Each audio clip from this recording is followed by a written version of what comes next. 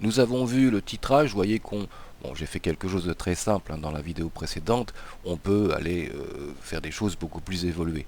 Mais le sujet, c'est de savoir ce que je peux rentrer pour faire une intro, euh, plutôt que de faire une démonstration de savoir-faire sur d'autres logiciels. Voilà. Donc on a fait notre intro, maintenant nous allons pouvoir travailler sur notre vidéo capturée. Donc je vous ai dit précédemment que cette vidéo, c'était pas celle-là d'ailleurs, ça c'est celle que je viens d'enregistrer, donc c'était celle-ci, voilà. Alors on va dire que l'intro est faite, hein. Voilà, on va dire qu'elle est un peu plus loin. Que cette vidéo, je vais réduire l'échelle qu'on voit bien, fait 20 minutes, ce qui veut dire qu'elle est extrêmement longue. Donc je vais la couper, mais je ne vais pas la couper n'importe comment, je vais la couper en fonction d'un moment donné qui va me permettre de dire, bon bah à cet endroit-là, je vais la couper en deux et en faire en fait deux vidéos, deux tutoriels qui se suivent.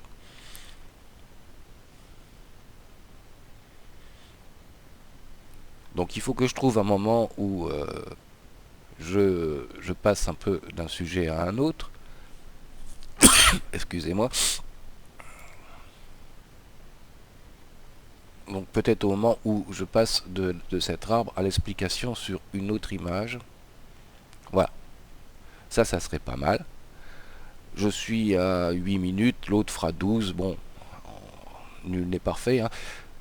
Bon, pour la couper, comment je fais? Eh bien, je vais chercher ce petit symbole ici, split, et je clique une fois en ayant sélectionné ma vidéo. Tac. Et ma vidéo est scindée en deux. Ça, je peux l'enlever. Je vais regarder à quel moment je l'ai coupé pour pouvoir remettre la prochaine fois la deuxième vidéo et refaire l'intro que j'aurais gardé hein, et refaire une deuxième vidéo. Donc elle s'est arrêtée à 8 minutes 32 secondes 06 images. Hein, ici des heures, ici des minutes, ici des secondes et ici des images puisqu'on est sur un système à 25 images par seconde. Voilà.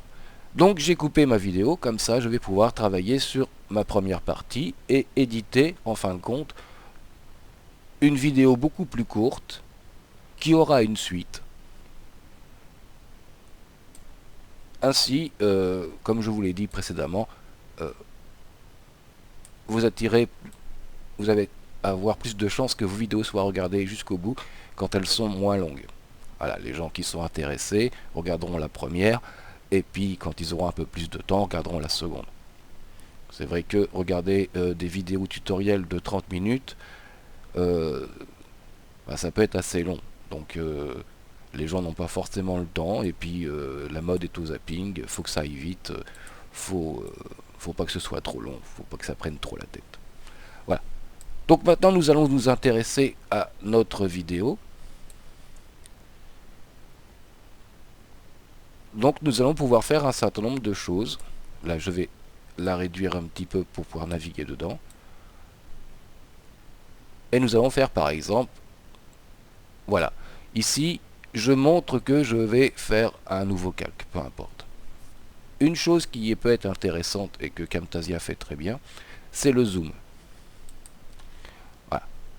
Je vais agrandir, enfin je vais zoomer sur la partie intéressante parce que souvent quand on ouvre des fenêtres comme ça, euh, il se peut que on ne le voit pas forcément bien et que parfois c'est utile d'agrandir pour avoir une belle vision.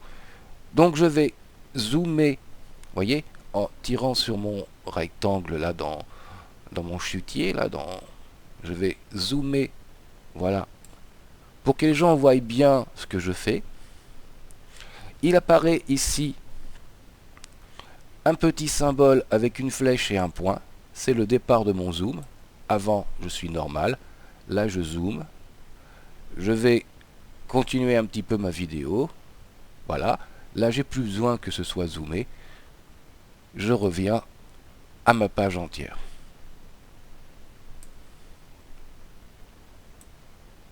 Voilà, Je vais le remettre correctement. Alors, faut parfois jouer un petit peu, voilà. Ou le mettre, voilà, plein écran. Ici, avec ce symbole, c'est beaucoup plus facile. Vous avez également ici un curseur qui peut vous permettre de jouer aussi sans avoir à tirer sur les points. Et j'ai un deuxième symbole qui s'est affiché sur ma vidéo. Je vais agrandir, justement, pour qu'on le voit bien. Qui me dit maintenant, c'est redevenu normal. Ici commence le zoom. Ici s'arrête le zoom.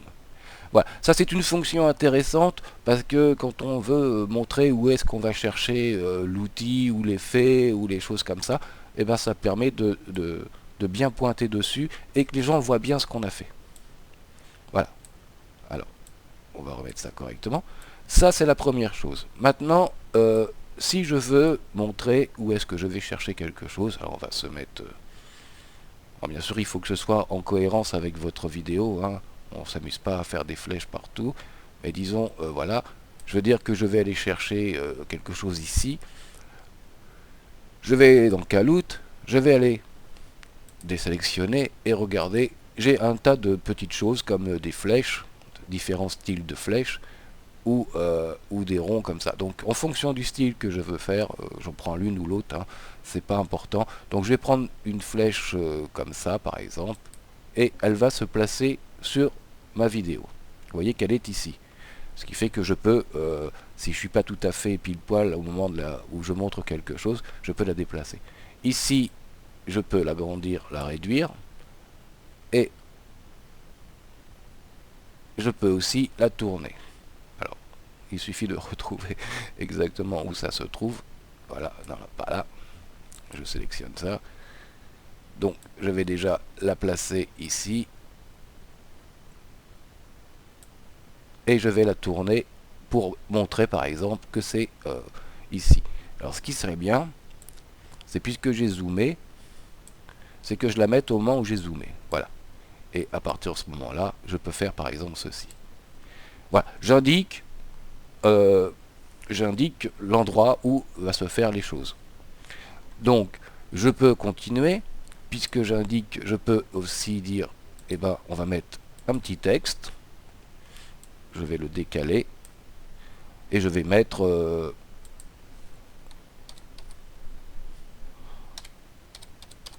rentrer le nom du calque puisqu'il s'agit de ça, le nom du calque. Alors vous voyez qu'on ne le voit pas du tout, donc je vais sélectionner mon texte, je vais le mettre en blanc, déjà ça sera mieux, et peut-être augmenter un tout petit peu sa taille en le mettant à 22, voilà. Et je peux le placer où je veux. Et je peux, bien entendu, une fois que j'en ai plus besoin, le réduire dans son temps. Voilà, tac, rentrer le nom du texte. Ce qui fait que, ben voilà, j'ai amélioré ma vidéo, puisqu'il s'agit de tutoriel, en donnant des explications et en indiquant d'autres choses. Voilà. Bien. Nous avons tout un tas de choses comme ça pour améliorer notre vidéo, comme par exemple ceci, qui est une touche en fin de compte de clavier, et je peux indiquer quelle touche je veux mettre. Donc je vais entrer par exemple une touche qui est très utilisée, le contrôle CTRL. Voilà. Bien sûr. Alors.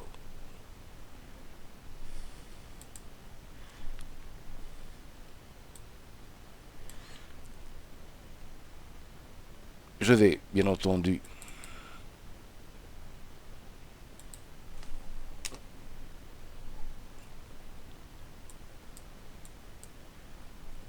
taper sur la touche CTRL. C'est ça, excusez-moi, je me souvenais plus. Je vais taper sur la touche CTRL et automatiquement, il va me mettre CTRL. Voyez, on n'a pas à taper de texte, mais à taper sur la touche. Voilà.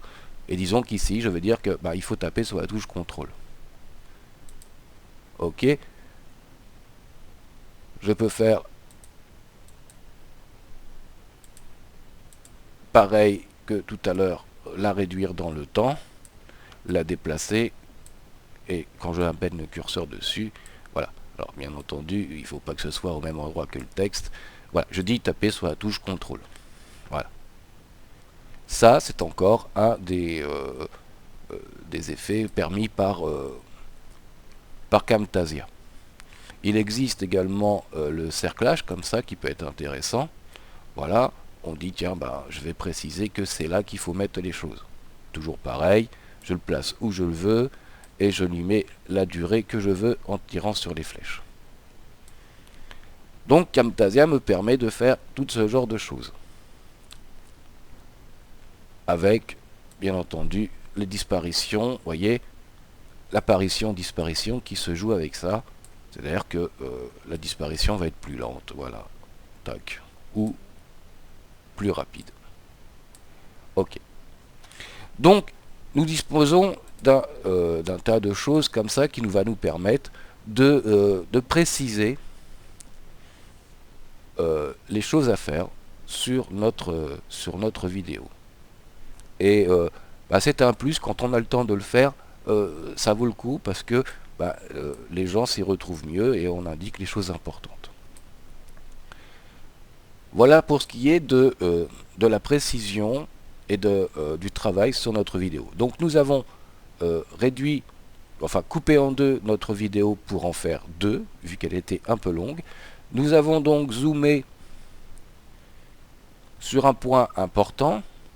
Nous avons mis du texte, mis des flèches, signalé la touche ou signalé à partir d'un cercle là où il fallait taper. Voilà qui enrichit très nettement une vidéo, qui facilite la vie des gens qui ne sont pas forcément qui peuvent être des débutants dans le logiciel ou l'application ou le jeu, puisque c'est un peu pareil que nous voulons démontrer. Et voilà qui va vous permettre de différencier vos tutoriels de tout ce qui existe et de les rendre plus sympas, plus intéressants et du coup de vous apporter de l'audience.